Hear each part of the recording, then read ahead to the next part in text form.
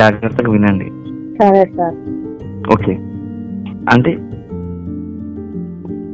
ఒకవేళ పెద్దలు చెప్పినా అలాంటి మాట వినకపోతే ఖచ్చితంగా నష్టం వాటిల్లుతుంది. అంటే ఖచ్చితంగా నష్టం వాటిల్లుతుంది, ప్రాణాలు కూడా కోల్పోయే అవకాశాలు కూడా ఉంటాయి. డాక్టర్ చెప్పిన మాట కూడా వినకపోతే ఖచ్చితంగా గర్భంతో ఉన్న ఆమెకు అది పిండము కూడా ఖచ్చితంగా నష్టం కలుగుతుందంటే ఖచ్చితంగా నష్టం కలుగుతుంది. అలాగే ఇలాంటి నష్టం కలుగుతున్న ఈ మాటను అలాగే మన మనసులో ఉంచుకొని ఒకవేళ దేవుడు చెప్పిన మాట మనము లోబడలేకపోతే నష్టం కలుగుతుందా కలగదా అని దాని గురించి కొద్దిగా ఆలోచించేద్దాం. మరి ఏంటిది దేవుడు ఏం చెప్పాడు? ఆలోచన. మనకేం తెలుసండి, ప్రార్థన చేయకపోతే పాపం అంటాం, సంఘానికి వెళ్ళకపోతే పాపం అంటాం, దానికి ఎన్నో రకాలుగా మనం వివిధ రకాలుగా మనం ఆలోచన చేస్తూ ఉంటాం. మనం ఇంకా కొన్ని మాటలు ఉంటాయి, దొంగతనం చెప్పింది కూడా చేయాలనుకో పాపం అనుకుంటాం మనము. బూతు మాటలు మాట్లాడకపోయినా బూతు మాటలు మాట్లాడితే కూడా మనం పాపం అనుకుంటాం మనము. ఓకే, ఇవన్నీ పాపమే. కానీ దేవుని దృష్టికి కొన్ని విషయాలు ఉన్నాయి. అవి ఇలాంటి విషయాలు ఆయన విశ్వసించిన వారు, ఆయన నమ్మిన వారు, ఆయన ఆరాధిస్తున్న వారికి బైబిల్ ఒక మాట చెప్తుంది. ఒకసారి ఇలాంటి మాట మన జాగ్రత్తగా మనం చూద్దాం. క్షమించండి, సమూయేలు రాసిన మొదటి పత్రిక, క్షమించండి, మొదటి సమూయేలు 12వ అధ్యాయం, మొదటి సమూయేలు 12వ అధ్యాయం జాగ్రత్తగా మనము 23వ వచనం చూద్దాం. 23వ వచనము చూద్దాం. మనకు తెలుసు ఇప్పుడు సమూయేలు మొదటి గ్రంథము, సమూయేలు 2 గ్రంథం అని అంటాం కదా. అది హీబ్రూ భాషలో ఎలా ఉంటుందంటే 2 గ్రంథాలు ఒకే చోట జతపరచబడి ఉంటుందని మీరు గుర్తు చేసుకోవాలి. ఇది కావచ్చు మొదటి రాజులు, 2వ రాజులు కూడా 2 ఏకమై ఉంటాయి. మొదటి దిన వృత్తాంతము, 2వ దిన వృత్తాంతం కూడా 2 ఏకమై ఉంటాయి. అంటే ఇవన్నీ 3 పుస్తకాలే, ఇవన్నీ 3 పుస్తకాలే మనం గుర్తు చేసుకోవాలి. కానీ హీబ్రూ నుండి ఇంగ్లీషులో నుండి తెలుగులో ట్రాన్స్లేషన్ చేసేటప్పుడు వాళ్ళు ఏం చేశారంటే భక్తులు 2 గ్రంథాలుగా 2 పుస్తకాలుగా వాళ్ళు చేసినట్టుగా మనం చూస్తున్నాం. ప్రేమన దేవుని వల్ల అది ఏది చేసినా అది దేవుని చిత్తానుసారంగానే జరిగిందని మనం ఖచ్చితంగా మనం నమ్మాలి. మరి అలాంటి ఈ నమ్మకం మనం పెట్టుకొని సమూయేలు రాసిన మొదటి గ్రంథము 12వ అధ్యాయము 23వ వచనము, నా మట్టుకు నేను మీ నిమిత్తము ప్రార్థన చేయుట మానుట వలన యెహోవాకు విరుద్ధముగా పాపం చేసిన వాడు నగుదును. చూద్దాం ఇంకొక మాట. సమూయేలు ఒక మాట అంటున్నాడు. సమూయేలు గారు ఏమంటున్నాడంటే ఈ 12వ అధ్యాయం 23వ వచనంలో ఏదో ఒక మాట అంటున్నాడు. ఆ మాట మీకు వాడుక భాషలో ఉన్న మాట ఒకసారి చదివి వినిపిస్తాను చూడండి. మొదటి సమూయేలు 12వ అధ్యాయం 23వ వచనంలో, నా విషయం అంటారా, మీకోసం ప్రార్థించకపోవటం వలన యెహోవాకు వ్యతిరేకముగా పాపము చేయడము నాకు దూరం కావాలి అంటున్నాడు. అంటే ఏదో చెప్తున్నాడు. ఇక్కడ ఏం చెప్తున్నంటే నేను మీ గురించి ఒకవేళ నేను ప్రార్థన చేయకపోతే నేను యెహోవా దృష్టికి నేను పాపము చేసిన వాడునవుతాను అంటున్నాడు సమూయేలు. బాగా చూడండి, నేను ఎవరి గురించి ప్రార్థన చేయకపోతే, మీ గురించి నేను ప్రార్థన చేయకపోతే నేను యెహోవా దృష్టికి నేను పాపము చేసిన వాడితో సమానము అంటున్నాడు. చూడండి, అంటే దేవుడు చెప్పిన విధంగా మనం ప్రార్థన చేయకపోతే కూడా పాపమే. అవునంటే ఖచ్చితంగా పాపమే. ఇంకా ఇలాంటి మాటలు ఇంకొక మాట కూడా చూసుకుందాం మనం. సంఖ్యాకాండము 32వ అధ్యాయం 23వ వచనము, సంఖ్యాకాండము 32వ అధ్యాయము 23వ వచనము, సంఖ్యాకాండము 32వ అధ్యాయము 23వ వచనము, మీరు అట్లు చెయ్యని ఎడల యెహోవా దృష్టికి పాపము చేసిన వారగుదురు గనుక మీ పాపమును మిమ్మల్ని పట్టుకొనును. ఏమంటున్నాడు ఇక్కడ అంటే దేవుడు చెప్పినట్లు మనం ఏది చెయ్యకపోయినా ఖచ్చితంగా అది మన దృష్టికి, దేవుని దృష్టికి పాపమవుతుంది. ఆ పాపము మనల్ని చుట్టుకుంటుంది చెప్తున్న మాట ప్రేమ దేవుని వల్ల. మనం ఈ రోజు అనుకున్నాం, మనం ప్రార్థన ఈ భక్తులు ప్రార్థన చేశారు, ఈ భక్తులు ప్రార్థన చేశారు, మనం ఇలా చేయాలి, మనం ఇలా ఉండాలి, భక్తిలో మనం ఇలా యథార్థంగా ఉండాలి, ఇలా కన్నీరు విడిచి ప్రార్థన చేయాలి అని ఎన్నో అంటున్నాం. మనం ఎన్నో మాటలు మనం వింటున్నాం మనం. కానీ ఇక్కడ బైబిల్లో బాగా చూడండి, నేను చెప్పినట్లు మీరు ప్రార్థన చేయకపోతే కూడా పాపమే, నేను చెప్పినట్లు మీరు వినకపోయినా కూడా పాపమే. ఆ పాపము ఎవరికి చుట్టుకుంటుందంట? మనలకే చుట్టుకుంటుందంట. మనల్నే చుట్టుకుంటుందని ఒక విలువైన ఒక మాట చెప్పడం మనం చూస్తున్నట్లు మన దేవుని వల్ల. అని చెప్పిన మాట వినలేకపోతే పాపం, మన పాపం, మనం చేసిన పాపం మనకే చుట్టుకుంటుందంటే అవును. ఉదాహరణకు కొంతమంది విధంగా అంటారు, ఎవరు చేసిన పాపంలో వాడు పోతాడు రా అంటారు కదా. ఇది చూడండి, ఇంకొక మాటకు అంటారు పెద్దవాళ్ళు, ఎవరు తీసిన గోతిలో వాడే పడతాడు రా. ఇది కూడా వాస్తవమే. అదే ఆయన చెప్పినట్లు మనం చేయకపోతే ఖచ్చితంగా బైబిల్ చెప్తున్న నీ పాపమే నిన్నే చుట్టుకుంటుంది. చూడండి, మనం చూసాము సంఖ్యాకాండం 32వ అధ్యాయం 23వ వచనంలో చూసాము. ఇప్పుడు దానికి ఇలాంటి ఇంకొక మాటకు చూద్దాము. మత్తయి సువార్త 25వ అధ్యాయం, మత్తయి సువార్త 25వ అధ్యాయం 41వ వచనం నుండి మనం జాగ్రత్తము చూద్దాం. మత్తయి గారి సువార్త 21వ అధ్యాయము 41వ వచనం జాగ్రత్తగా మనకు కొన్ని మాటలు, విలువైన మాటలు ఇక్కడ విందాం. ఏమంటున్నారు చూడ ఒకసారి ఇక్కడ. అప్పుడు ఆయన ఎడమ వైపు ఉన్న వారిని చూసి, శపింపబడు వారులారా, నన్ను విడిచి అపవాదికి వాని దూతలకు సిద్ధపరచబడిన నిత్యాగ్నికి పోవుడి. ఇక్కడ ఏమంటున్నాడు? డైరెక్ట్ మాట్లాడేస్తున్నాడు. ఇక్కడ ఏమని మాట్లాడుతున్నాడంటే, అప్పుడైనా ఎవరైతే దేవుడు పాపము చేసిన వారు అవుతారు, ఆయన చెప్పిన ప్రకారము ప్రార్థన చేయకపోతే,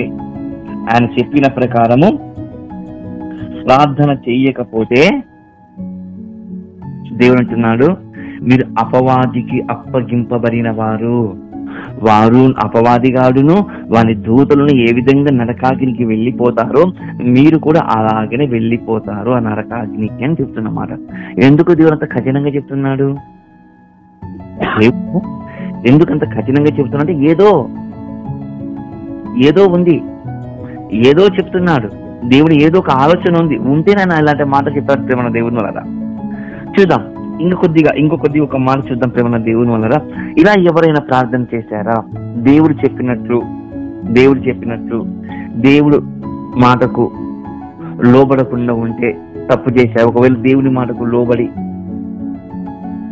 ప్రార్థన చేస్తే ఏమైనా జరిగిందని చూస్తే ఒక మంచి ఉదాహరణ దేవుడు రాసి పెట్టారు మన కోసం. ఒకసారి 51వ కీర్తన చూద్దాం మనము. 51వ కీర్తన 4వ వచనం. ఒకసారి 51వ కీర్తన 4వ వచనం. 51వ కీర్తన 4వ వచనం. మనకు 51వ కీర్తన మన తొందరగా మన హృదయాలలో మెదలాలి. దావీదు బర్షబా అని కీర్తన మనం గుర్తుకు చేసుకోవాలి. దావీదు బర్షబాతో జరిగిన సంఘటన మీద గుర్తుకు చేసుకోవాలి. ఇలాంటి 51వ కీర్తన ఏం జరిగిందయ్యా అనంటే, యుద్ధానికి వెళ్ళవలసిన దావీదు, బాగా చూడండి, యుద్ధానికి వెళ్ళవలసిన దావీదు యుద్ధానికి వెళ్ళకుండగా, సాయంకాల సమయమున ప్రార్థన చేయవలసిన దావీదు ప్రార్థన చేయకుండగా రాజభవనం మీద ఎక్కి అటు ఇటు తిరుగుతూ ఉంటే, అటు ఇటు ఒంటరిగా తిరుగుతుంటే, అటు ఇటు ఒంటరిగా ఉన్నప్పుడు తన చూపు అనేది ఎక్కడికో వెళ్ళిపోయింది ప్రేమ దేవుని వల్ల. అంటే ఒంటరిగా ఉంటే ఖచ్చితంగా అపవాదిగాడు ఖచ్చితంగా అటాక్ చేస్తాడంటే ఖచ్చితంగా 100% అపవాదిగాడు వాని కబంధాలలో వాని అస్తములు వాడు అలా చిక్కించుకుంటారు. మీరు గుర్తు చేసుకోవాలి. ఇక్కడ దావీదు గారు అలా ఒంటరిగా ఉన్నాడు. యుద్ధానికి వెళ్తే ఈ పాపం జరిగేది కాదు. రాజభవనం మీద కూర్చొని 2 చేతులు ఎత్తి ప్రార్థన చేసి ఇది జరిగేది కాదు. ఇది జరిగిందంటే అపవాదికి చోటు ఇచ్చాడు. కాబట్టి దావీదు ఇక్కడ ఏమంటున్నా చూడండి ఒకసారి మాట. 51వ కీర్తన 4వ వచనం చూడండి ఒకసారి. 4వ వచనం జాగ్రత్తగా చూద్దాం ఒకసారి. నీకు కేవలం నీకే విరోధముగా పాపము చేసి ఉన్నాను. ఇక చూడండి, ఇక్కడ ఒక మాట, దేవా నేను నీకు కేవలం ఎవరికి కాదు, నీకే నేను నీకు పాపం చేశాను, నీ దృష్టికి నేను పాపం చేశాను, నీ మాటకు నేను లోబడలేకపోయాను, నీకే పాపం చేశాను. ఎవరికి పాపం చేశారంట? దావీదు దేవునికే పాపం చేశారంట. మనం ఏం చేస్తాం పాపం అంటే? బాగా గుర్తుపెట్టుకుని ఒకసారి, మనం ఏం చేస్తాం పాపం అంటే? యోని మీదనో వాని మీద దుబ్బుతాం మనం. చూడండి, ఎవరి మీద అంటే వారి మీద దుబ్బుతాం. ఒకటి. రెండవది, ఇక్కడ మనం ఏం గుర్తుపెట్టుకోవాలి, అపవాది గారి మీద కూడా దుబ్బుతాం మనం. అదే ఇక్కడ దావీదు గారు ఏమంటున్నాడు, నేను చేసిన తప్పు కేవలం నీ దృష్టికి నేను చెడు నడత నడిచాను, నీకు కేవలం విరోధముగా నేను పాపము చేసి ఉన్నాను, నీ దృష్టి ఎదుట నేను చెడుతనం చేసి ఉన్నాను.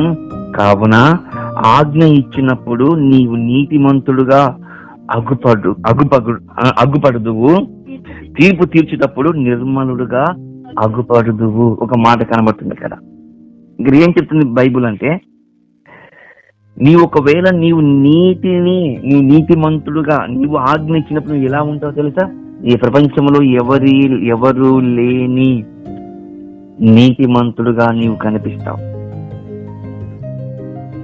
ఈ ప్రపంచానికి నీకన్నా నీతిమంతుడు ఎవరు నీవు చెప్పేటప్పుడు కానీ తీర్పు తీర్చేటప్పుడు ఎలా ఉండదు? నిర్మలంగా నీవు ఉంటావు. ఎలా ఉంటుంది తీర్పు అంటే? కళ్ళకు బయలు కమ్మే విధంగా. ఎలా ఉంటుందంటే గుండెలు గుబులు పుట్టే విధంగా. ఎలా ఉంటుందంటే అలాగ ఉన్న చోటునే గుండెలు మన చేతులు గుండెల కాడికి వెళ్ళి అలాగ పట్టుకునే విధంగా దేవుడు తీర్పు తీరుస్తాడట. చూడండి, ఎందుకు దేవుడు ఇంత కఠినంగా ఎందుకు చెప్తున్నాడు అంటే, ఒక మాట గుర్తుపెట్టుకోవాలి. ప్రార్థన చేయటము మనం అనుకుంటాము, ప్రార్థన కదా అంటే 2 నిమిషాలు చేసి సరిపోతుంది అనుకుంటున్నాం. కాదు. ఆయన ప్రార్థన ఎలా చేయమన్నారంటే తెలుసా? పూర్ణ హృదయంతోను పూర్ణ ఆత్మతోను ఆయనకు మనం ఏం చేయాలి? ప్రార్థించాలి. పరిశుద్ధాత్మ సహాయంతో మూలుగుచూ ఉన్న విధంగా మనం ప్రార్థన చేయాలి. తెలుసా? అని అంటాడు. నువ్వు అలా ప్రార్థన చేసుకుని ఉంటే ప్రార్థన పరిశుద్ధాత్మనే నీకు నేర్పిస్తారంట. అలా పరిశుద్ధాత్మని ప్రార్థన నేర్పిస్తుంటే ఖచ్చితంగా పరిశుద్ధాత్మని ప్రార్థన నేర్పిస్తారు మనల్ని. ఎలా నేర్పిస్తారంటే ఏదో 2 నిమిషాలు 3 నిమిషాలు 4 నిమిషాలు ప్రార్థన చేస్తే పరిశుద్ధాత్మని ప్రేరేపణ రాదు. పరిశుద్ధాత్మ ప్రేరేపణ అనేది నువ్వు దేవుని స్తుతిస్తూ ఉండాలి, కుమారుడిని యేసుక్రీస్తు వారు స్తుతిస్తుండాలి, పరిశుద్ధాత్మతో అన్యోన్యమైన సహవాసం కలుగుతూ ఉంటే దినదినము అప్పుడు ఆటోమేటిక్ గా అప్పుడు తనంతకు తానే నువ్వు చేస్తున్న ప్రతి పలుకు, నువ్వు చేస్తున్న ప్రతి ప్రార్థన విజ్ఞాపన, నువ్వు చేసిన ప్రతి ప్రార్థన సందర్భము అది ఎలా ఉంటుంది తెలుసా? ఎదుటి వారికి గుండెల్లో ఏమవుతుంది తెలుసా? ఇది అంటే ప్రార్థన, ఇలా చేయాలి ప్రార్థన అని ఒక ఆలోచన పరిశుద్ధాత్ముడు నేర్పిస్తాడు అంటుంది బైబిల్. అలా ప్రార్థన చెయ్యాలంటుంది బైబిల్. ఇది కేవలము సమీల్ గారు ఏమన్నాడు, నేను మీ గురించి నేను ప్రార్థన చేయకపోతే నేను దేవుని దృష్టికి పాపిగా నిలబడతాను అని సమీల్ అంటున్నాడు. ఇప్పుడు ఒక మాట అడుగుతాను, దేశం కోసం ఎంతమంది ప్రార్థన చేస్తున్నారు? 1. దిక్కులేని వారి కోసం, అనాథల కోసం ఎంతమంది ప్రార్థన చేస్తున్నారు? 2. సువార్త ప్రకటిస్తున్న దైవజనుల కోసం ఎంతమంది ప్రార్థన చేస్తున్నారు? 3. సత్యమైన వాక్యం చేత పట్టుకుని దైవ సేవకులు ఎందరో దూర ప్రాంతాలకు తిరిగి వస్తున్నారు కదా, వారి సంఘాల కోసం, వారి కుటుంబాల కోసం ఎంతమంది ప్రార్థన చేస్తున్నారు? 4. చూడండి, క్రైస్తవం మీద జరుగుతున్న అనేకమైన దాడులను, ఆ దాడుల నుండి క్రైస్తవం వెనుకడుగు వేయకుండా ముందడుగు వేసే విధంగా ప్రతి ఒక్క హృదయాన్ని పురికొల్పించే దేవాన్ని ఎంతమంది ప్రార్థన చేస్తున్నారు? చూడండి, అంటే ఇన్ని చెయ్యాలి. సమూయేలు గారు, నేను మీ నిమిత్తం కోసం ప్రార్థన చేయకపోతే పాపిని, నా దృష్టికి, నా దేవుని దృష్టికి నేను పాపం చేసిన వారితో సమానము అని అంటున్నాడంటే బాగా గుర్తు చేసుకొని అంటున్నాడంటే మనం చాలా జాగ్రత్తగా మనం ఆలోచించాలి. మన దేవుని వల్ల అనారోగ్యంతో బాధపడుతున్న దైవ సేవకుల కోసం, సువార్థికుల కోసము ఎవరైనా ప్రార్థన చేస్తున్నారా? చూడండి, అపవాది చేతులు చాలా మంది చిక్కుకొని పోతున్నారు. సత్యం తెలియని వారు దేవాలు విడిపించమని ప్రార్థన చేస్తున్నారా? ఇవన్నీ ప్రార్థన విషయాలే కదా. మన దేవుడు చెప్పాడు కదా ప్రార్థన చేయమని. మన ప్రార్థన చేయమని దేవుడు చెప్పినా కూడా మనం ప్రార్థన చేయలేకపోతున్నాము. ఏదో 2 నిమిషాలు తలలు దించి ప్రార్థన చేస్తే సరిపోతుంది అనుకుంటున్నామంటే నువ్వు యెహోవా దృష్టికి నీవు పాపము చేసిన వారితో సమానము సమానము సమానము. చిన్నప్పుడు దేవుని కదా. మరి ఇలాంటి మాట బైబుల్ చెప్తుందంటే ఏదో ఉంది. మరి ఇలాంటి మాట ఇంకొక మాట చూసుకుందాం మనము. ఇలాంటి మాట చూసుకుందాం ఒకసారి. మొదటి రాజుల గ్రంథము 8వ అధ్యాయం 36వ వచనం. మొదటి రాజుల గ్రంథము 8వ అధ్యాయం 36వ వచనం. మొదటి రాజుల గ్రంథము 8వ అధ్యాయం 36వ వచనం. మొదటి రాజులు 8వ అధ్యాయము 36వ వచనం చూడండి. నీవు ఆకాశము నుండి నీవు పరలోకమందు విని నీ దాసులైన ఇశ్రాయేలుకు నీ జనులు చేసిన పాపమును క్షమించి వారు నడవవలసిన సన్మార్గమును వారికి చూపించి నీ జనులకు నీవు స్వాస్థ్యముగా ఇచ్చిన భూమి మీద వర్షము కుమ్మరింపుము. చూడండి, అంటే వాతావరణం కోసం కూడా ప్రార్థన చేయాలి. చేయలేదా? యాకోబు రాసిన పత్రిక 5వ అధ్యాయంలో చేశాడు. ఎంత అద్భుతం చేశాడు ప్రార్థన. ఆయన ప్రార్థన చేసి 3.5 సంవత్సరాలు మంచు కూడా పడలేదంట. మళ్ళా ప్రార్థన చేసి మళ్ళీ వర్షం పడిందంట. అంటే అలా ఖచ్చితంగా చెయ్యాలి. ఇలాగ ప్రార్థన చెయ్యాలని బైబిల్ చెప్తున్నమాట. ఇంకో మరొక మాటకు మనం జాగ్రత్తగా చూద్దాం. మరొక మాట కూడా జాగ్రత్తగా చూద్దాం. ఇర్మీయా గ్రంథము 31వ అధ్యాయము. ఇర్మీయా గ్రంథము 31వ అధ్యాయము. ఇర్మీయా గ్రంథము 31వ అధ్యాయము ఒక మాట కనబడుతుంది. మన యెహోవా చేత మనం నడిపింపబడిన వారిగా ఉంటాం.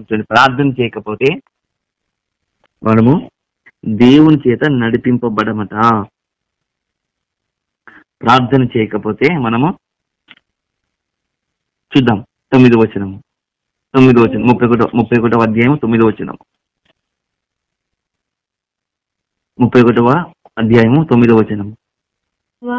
వారు ఏడుచుచూ వచ్చేదరు. వారు నిన్ను ప్రార్థించుచుండగా నేను వారిని నడిపించుదును. వారి తొట్టిల్లకుండగా చక్కగా పోవు బాటను నీళ్వ కాలువల యొద్ద వారిని నడిపించును.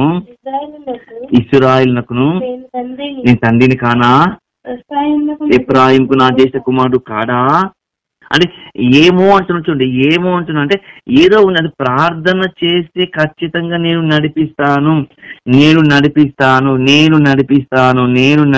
అంటున్నాడు దేవుడు. ఎందుకు అంటే ఒక వ్యక్తి నడవాలన్నా, ఒక వ్యక్తి సరైన మార్గంలో పోవాలన్నా ఖచ్చితంగా ప్రార్థన అనేది అవసరము. ఖచ్చితంగా ప్రార్థన అనేది అవసరం. ఇర్మీయా గ్రంథకర్త కూడా ఈ మాట అంటున్నారు. చూడండి, ఇర్మీయా గ్రంథకర్త కూడా ఈ మాట అంటున్నారు. చూడండి, ఎందుకో దేవుడు అలా ఇలా ఎందుకు చెప్తున్నాడు దేవుడు అంటే నేనే మిమ్మల్ని నడిపించే నాయకుడను. నేను చెప్పినట్లు మీరు వినవలను. ఎందుకు? ఎలా? ఎందుకంటే ఆ రోజు ఏదైనా తోటలు ఉన్నప్పుడు ఆదామవ్వలు చెప్పినప్పుడు విన్నారంటే కొన్ని రోజులు విన్నారు, తర్వాత వినలేదు. వాళ్ళు చేసిన తప్పుకు ఎంత శిక్ష అనుభవించారో మన కళ్ళారా మనం చూస్తున్నాం. కానీ చెప్పిన మాటకు లోబడిన ప్రభువైన యేసుక్రీస్తు వారిని చూడండి. లోబడ్డాడు. అవును, లోబడ్డాడు. ఎలా లోబడాడంటే పరలోకమును విడవమన్నాడు, విడిచాడు. ఈ భూమిదికి వెళ్ళాలి, దాసుడుగా వెళ్ళాలంటే వచ్చాడు. నువ్వు శిష్యుల కాళ్ళు కడగాలంటే కడిగాడు. ప్రార్థన చేయాలంటే ప్రార్థన చేశాడు. నీ సిలువలో వేలాడంటే వేలాడాడు. నువ్వు ప్రాణం విడిచాలంటే ప్రాణం విడిచాడు. చెప్పిన మాట ఖచ్చితంగా ప్రభువైన యేసుక్రీస్తు వారు చేశాడు. ఇంకొక మాట, సార్ ఆయన యేసుక్రీస్తు వారు కాబట్టి, దేవుడు కాబట్టి ఆయన చేశాడు. మనం సార్ మనం చేస్తామా అని ఒక ఆలోచన భావాలు మన మనసులో రావచ్చేమో వస్తాయి. ఖచ్చితంగా ఇలాంటి మాటలు మనకు వస్తాయి ప్రేమ దేవుని. ఏది ఏమైనా సరే, కానీ మీకు ఇంకా దేవుని మాట అనేది మీకు ఎలా చెప్పడానికి నేను ఇంకా ప్రార్థన చేస్తాను. చూడండి, ఇంకొక మాట చూద్దాం మనము.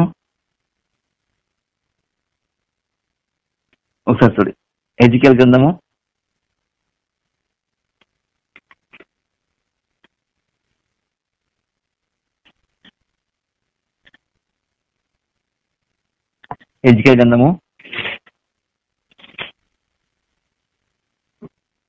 4వ అధ్యాయము 4వ అధ్యాయము 4వ వచనం చదువుకుందాం. మరియు నీవు ఎడమ పక్కన పండుకొని ఉండి ఇశ్రాయేలు వారి దోషము దాని మీద మోపవలెను. ఎన్ని దినములు నీవు ఆ తట్టు పండుకుందువో అన్ని దినములు నీవు వారి దోషములు భరించువు. చూడండి, అంటే ఒక పక్కనే పండుకొని వెతికేలు. నువ్వు ఒక పక్కనే పడుకో. ఎన్ని రోజులు పడుకుంటావు ఒక పక్కన? గంటనా, 2 గంటలా? నువ్వు గంట అంటే గంటనే ఇశ్రాయేలుకు విముక్తి. నువ్వు 1 రోజు పడుకుంటే 1 రోజు విముక్తి. నువ్వు 2 రోజులు పడుకుంటే 2 రోజులే విముక్తి. నువ్వు 4 రోజులు పడుకుంటే 4 రోజుల విముక్తి. అంటే ఒక్క పక్కనే పండుకోవాలంట మనం. ఏంటంట? ఒక్క పక్కనే పండుకోవాలంట. ఒక పక్కన మనం పండుకుంటే ఒక పక్కనే నువ్వు అటు మళ్ళకూడదంట. మళ్ళీ నువ్వు మళ్ళావనుకో ఇశ్రాయేలు మీద దోషం వస్తుంది. నువ్వు మళ్ళీ ఖచ్చితంగా వారి మీద మళ్ళీ అన్యులుగా పరిపాలన వస్తుంది. నువ్వేం చేస్తావు చెప్పు? నువ్వు చెయ్యి. నువ్వు ఒక్క పక్కనే పండుకో. చూడండి, ఇంకేమంటే చూడండి, ఇశ్రాయేలు వారి దోషం నీవు భరించబడినట్లుగా వారి దోషం చేసిన సంవత్సరం లెక్క చొప్పున నీకు 390 దినములు నిర్ణయించి ఉన్నాను. ఆ దినములు గడిచిన తర్వాత కుడి పక్కన పండుకొని ఉండి 40 దినములు యూదారాజు దోషం నుండి భరింపవలెను. అంటే నువ్వు ఎన్ని రోజులు పండుకోవాలి? 395 రోజులు పండుకోవాలి. ఒక్క పక్కనే పండుకోవాలంటే నీవు పండుకుంటామా? మాట అంటే మాటనే అంతే కదా. ఆయన ఇలాగనే పండుకున్నాడట ఎజికేల్ గారు. మాట అంటే దేవుడు చెప్పాడంటే ఖచ్చితంగా అలాగనే పండుకోవాలి. నువ్వు ఇష్టాల కోసము ఒక పక్క పండుకోవాలి, యూదుల కోసము ఒక పక్క పండుకోవాలి. మరలా అంటారు 8వ వచనంలో, పట్టణం ముట్టడి వేయకుండానట్లు దినములు నీవు 2వ పక్కన తిరిగి అదే పాటు ఉండున్నట్టు నిన్ను కట్లతో బంధించును. అంటే మరి 2వ పక్క పండుకోవాలంటే 2వ పక్క పండుకున్నప్పుడు మళ్ళీ తొలగిపోకుండా ఉండాలంటే నీ శరీరాన్ని కట్టెలు పెట్టి కడుతాను నేను. నీ శరీరాన్ని నేను ఒక్క పక్కనే పండుకున్నట్టు కట్టెలు పెట్టి కడుతాను నేను. కట్టాడు, ఒక పక్క పండుకున్నాడు. అంటే దేవుని మాట ఎంతకు లోబడుతున్నాడో భక్తులు చూడండి. ఎజికేల్ మనం లోబడతామా? చూడండి, ఇంకొక మాట చూపిస్తే గుండెలు మీకు గుబులు పుడుతుందో తెలుసా? ఇంకొక మాట చూపిస్తాను మీకు. ఏం సార్ ఇలాంటి మాట కూడానా సార్? సార్ ఇది ఎవరు చేస్తారు సార్? ఎవరైనా సార్ దేవుని నమ్ముకుని ఇలాంటి చేస్తారు అంతే. దేవుడు చెప్పినంటే నువ్వు ప్రాణం వదులుకో అంటే వదులుకుంటారు దేవుడు చెప్పినట్లు. చూడండి, ఇంకొక మాట, ఆయన 390 ఆ విధంగా పండుకున్నాడు కదా. యూదా వారి కోసం 40 రోజులు పండుకున్నాడు కదా. ఇప్పుడు ఇంకొక మాట చూపిస్తాను చూడండి, 12వ వచనం. ఇదే 4వ అధ్యాయం ఎజికేల్ గ్రంథము 4వ అధ్యాయం 12వ వచనం. ఆవల అప్పలము చేసి వారు చూచుచుండగా మనుషుల మలముతో దాన్ని కాల్చి భుజింపవలేను. చూడండి ఏమంటున్నారు తెలుసా? నువ్వు ఆవాల అప్పలు నువ్వు చేసుకో, జొన్న రొట్టెలు చేసుకో, గోధుమ రొట్టెలు చేసుకునేటప్పుడు నువ్వేం చేయాలి తెలుసా? మనుషుల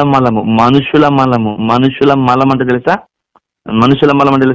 మన బాత్రూమ్కి వెళ్తాం చూడండి, అలా బాత్రూమ్కు వెళ్ళినప్పుడు ఆ మలాన్ని తీసుకొని ఆ రొట్టెకు అలా అది తీసుకుని దాని మీద నిప్పుల మీద వేసి కాల్చుకొని తిను అంటున్నాడు. తింటామా?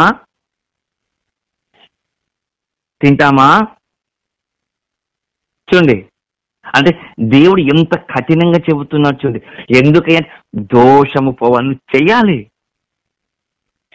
నువ్వు ఖచ్చితంగా చెయ్యాలి. మనుషులు చూచుచుండగా నువ్వు చెయ్యాలి. నువ్వు మనుషులు చూచుచుండగా చెయ్యాలి. మరొక భక్తుడికి అంటాడు, నువ్వు వెళ్ళు, నువ్వు ఆ ప్రాంతానికి వెళ్ళు, ఆ ప్రాంతానికి వెళ్ళి ఒక వ్యభిచారిని పెళ్లి చేసుకుంటాడు. మనం చేసుకుంటామా? ఒక వ్యభిచారిని స్త్రీని పెళ్లి చేసుకో, ఆమెతో పిల్లలు కను అంటాడు దేవుడు. మనం ఆ పని చేస్తామా? మనం చెయ్యం. వాళ్ళు చేస్తారంటే భక్తులు. వారు దేవుడు అంటే భయము, భక్తి, వినయము, విధేయత. మనకు ఇవి ఏవి లేవు. ఇవి ఏవి లేవు. చూడండి ఎంత కఠినంగా దేవుడు వాళ్ళకి చెబితే లోబడుతున్నారో, మళ్ళీ అదే దేవుడు మనకు చెబితే మనం ఏం చేస్తున్నాం? తిరస్కరిస్తున్నాము. చూడండి ఇంకొక మాట, మన ఆలోచన పదులు పెట్టడానికి ఇంకొక మాట కూడా చూద్దాం ఒకసారి. ఇది ఇర్మియా గ్రంథము 10వ అధ్యాయం. ఇర్మియా గ్రంథం 10వ అధ్యాయము. ఇర్మియా గ్రంథము 10వ అధ్యాయము 21వ వచనము. ఇర్మియా గ్రంథము 10వ అధ్యాయం 21వ వచనము. చూడండి ఒక మాట అంటున్నాడు ఇక్కడ, జాగ్రత్త వినండి. కాపరులు పశుప్రాయులై యెహోవా యొద్ద విచారణ చెయ్యరు గనుక వారే వర్ధిల్లకై ఉన్నారు. వారి మందలన్నీ చెదిరిపోచున్నవి. ఆలోచించిడి, ధ్వని మందలన్నీ ధ్వని పుట్టుచున్నది, దాని రాక ధ్వని వినబడుచున్నది. యూదా పట్టణములను పాడైన స్థలముగా చెయ్యుటకు, నక్కలకు చోటుగా చెయ్యుటకు ఉత్తర దేశం నుండి వచ్చుచున్న గొప్ప అల్లరి ధ్వని వినబడుచున్నది. ఇక్కడ ఏమంటున్నా ఇక్కడ బైబిల్ ఒక మాట ఇస్తుంది. కాపర్ల గురించి ఒక మాట అంటున్నారు. వాళ్ళ కాపర్లు ఎలా ఉన్నట? పశుప్రాయులు, పశువుతో సమానం అంట. పశుప్రాయులు. చూడండి పశుప్రాయులు అంటున్నారు. పశుప్రాయులు అంటే ఏంటి? పశుప్రాయులు అంటే ఏంటి? పశుప్రాయులు అంటే 10వ అధ్యాయము 21వ వచనం. పశుప్రాయులు అంటే ఒక మాట, కాపరులు మందమతులుగా అంటే బాగా తిని, ఇంకొక మాట ఉంటుంది, బలిసి, ఒక మాట మందమతులుగా మర్చిపోయి, దేవుని మాటలు మర్చిపోయి, ఉపదేశం కోసం యెహోవాను అడగరు. ఇది జరగదు. అడగరంటే అదే దేవుల్లో ఉన్న కాపరం చేశారు. సార్ దేవా నేను ఏం చేయాలి, నేను ఇలా చెప్పాలి, నాకు సహాయం చేయి, నేను ఏం చేయాలి చెప్పు దేవా, నాకు సహాయం చేయి అని అడుగుతారంట. అదే బలిసిన కాపరులంట వారు మందమతులుగా ఉంటారంట. ఉపదేశం కోసం యెహోవాను అడగరంట. గనుకే వాళ్ళు వర్ధిల్లడం లేదు. వాళ్ళ మందలు చెదిరిపోయి ఉంది. అంటే యెహోవా యొద్ద విచారణ చేసి వాక్యము చెప్పకపోతే ఎదుటి వారి యొక్క హృదయంలో ఫలింపదట. చూడండి అలా చేయాలని చెప్తున్నామండి. అంటే ఒక దిక్కు కాపరులు చెబుతున్నాడు, ఒక దిక్కు విశ్వాసులు చెబుతున్నాడు, ఇద్దరికి చెబుతున్నాడు. జాగ్రత్త, బాగా వినండి జాగ్రత్తగా. నిజంగా దేవుని వల్ల నేను రేమటలో కొన్ని వాక్యం చెప్పేటప్పుడు ఒక ఆయన నన్ను అడిగాడు, సార్ మీరు యేసు ప్రభువు వారి గురించి కొంచెం చెప్పండి. మా ఊర్లో యేసు ప్రభువుని నమ్ముకుంటేనే మోక్షం అంటారు, నమ్మకపోతే నరకం అంటారు, సో దాని గురించి చెప్పమని అని సంఘ పెద్దలు అడిగితే, చూద్దాం ప్రార్థన చేయండి, నేను కూడా ప్రార్థన చేస్తాను, ఒకవేళ దేవుని యొక్క చిత్తం ఉంటే అలాగే చెప్తానని నిజంగా చెప్పాను. అది దేవుని నిజంగా దేవా ఏం చెప్పాలో నాకు తెలియదు, కానీ నువ్వు వీళ్ళకు బాగా నిరూపించాలని చెప్పినప్పుడు ఆ పాఠం కావాల్సిన ఫోటోలు, ఆ పాఠం కావాల్సిన వచనాలన్నీ దేవుడు సమకూర్చి 3 సార్లు సమకూర్చిన, ఒక్కొక్క దిక్కు ఒక చోట సమకూర్చిన. అలా సమకూర్చిన వచనాలన్నీ ఒక చోట తీసుకుని వచ్చి చెబితే, ఈ ఎవరు సరిగ్గా వినలేని వారు కూడా విని వాళ్ళు ఏమంటారు సార్, మనం చెప్పేస్తారు సార్, వాళ్ళు ఇంకా చెప్పండి సార్, ఇది వీళ్ళకి అర్థం కావాలి. దేవుడు అంటే ఎవరు, మనుషులు అంటే ఎవరు, మనుషులు ఎందుకు వచ్చారు ఈ లోకానికి, ఇలా గుర్తుపట్టాలి అనేది బాగా మనము ఆలోచన చేయాలి. అని చెప్పమని ప్రేమ దేవుని వల్ల నిజంగా ఆ దేవుడు ఆలోచించి చెప్పించాడు. నిజంగా ఆ పాఠం కోసము ఇప్పటికి 3 రోజులు అవుతుంది, సిద్ధం చేస్తున్నాను, సగం ఆగిపోతుంది, మళ్ళా సిద్ధం చేస్తున్నాను, మళ్ళా సగం ఆగిపోతుంది. ఎందుకంటే ప్రయాసంతో మన దేవుని దగ్గర అడుగుతూ వెళ్ళామనుకోండి, అప్పుడు ఆటోమేటిక్గా ఎదుటి వారి హృదయాలలో ఆ మాటలు పాలిస్తాయి మన దేవుడు మాట. కాబట్టి ఆయన చెప్పినట్లు మనం చేయకపోతే మన పాపం మనలకి చుట్టుకుంటుంది. కాబట్టి ఇట్టి మాటలు విన్న మీరు నేను మనమందరం దేవునికి భయపడుతూ దేవుని ఆజ్ఞకు శిరస వహిస్తూ ఆయన ఏది చేయమన్నాడో మనం అలా చేసుకుంటూ ముందుకు నడవాలని ప్రభునామంలో కోరుకుంటూ, ఇంకా కొన్ని వచనాలు ఉన్నాయి. కొన్ని వచనాలు మరలా రేపటి దిన దేవుడు ఆయుష్ను ఆరోగ్యం ఇస్తే చూద్దాం. తలలోంచుకున్న వారమైతే